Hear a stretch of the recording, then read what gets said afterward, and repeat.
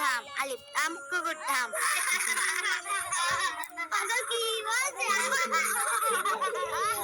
তোমরা কি করছো? পড়ো।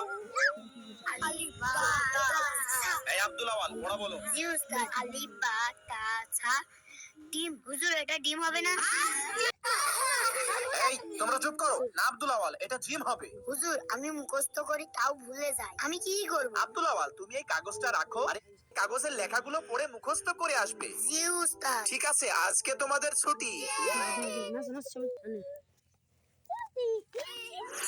আলিফ বা তা সা জিম হা এই আব্দুল আওয়াল তুমি আজকে আগে পড়া বলবে। জি উস্তাদ আলিফ বা তা সা জিম এটা কিভাবে শুনতাম মাশাআল্লাহ আব্দুল আওয়াল অনেক সুন্দর হয়েছে। উস্তাদ কালকে আপনি ঠিক আছে আব্দুল আজকে এত সুন্দর পড়া পাচ্ছে শোনো বাচ্চারা, আমি কালকে আব্দুল আওয়ালকে রব্বি জিদনি ইলমা পড়তে বলেছিলাম, কারণ এগুলো আমাদের নবীর সুন্নাহ। আলিফ লাম কুকুর থাম